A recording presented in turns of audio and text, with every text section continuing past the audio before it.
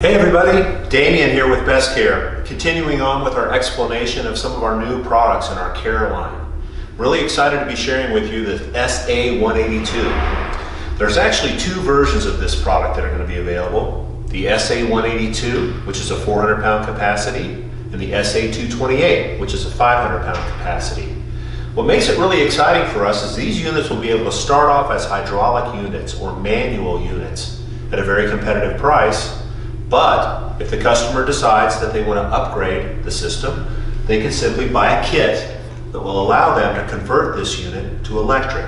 The kit involves an electric motor, a battery, a control box, hand control, and charger that can be retrofitted to the frame and convert the system to electric.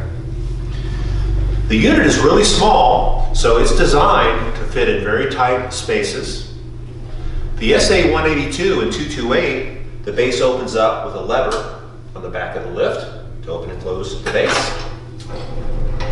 The foot pedal is narrow, goes between the wheelchair wheels easily.